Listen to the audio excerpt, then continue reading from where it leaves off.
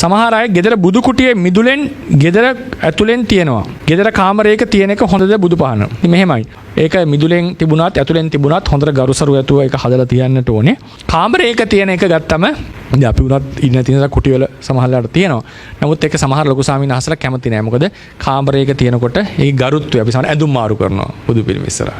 නේද? සමහරලාට අපි කාමරේ ඉන්නකොට යම් යම් ක්‍රියාවන් සිද්ධ වෙනවා. ඒ නිසා ඒකට ගෞරවය ටිකක් අඩු වෙන්නට පුළුවන්. ඒ නිසා සමහර අපේ ලොකු ස්වාමීන් වහන්සේලා කාමරය ඇතුලේ තියන් ඉන්න එකට කැමති වෙන්නේ. නමුත් ඒකේ හොඳ පැත්තකුත් තියෙනවා. අපි දැන් හදිස්සියකට දකින්නකොට බුදු පිළිම දකින්නකොට යම් සංවරයක් නේද? හැඟීමක් බුද්ධාලම්බනයක් ඇති වෙන්නට පුළුවන්. ඒ නිසා ඒකේ හොඳ පැත්තකුත් තියෙනවා. ඉතින් බුදු පිළිමේ කාමරේ තිබ්බම ටිකක් සංවරයමකුත් අපි තුළ ඇති වෙනවා. අර බුදුරජාණන් වහන්සේගේ සංඥා වෙනවනේ අපිට.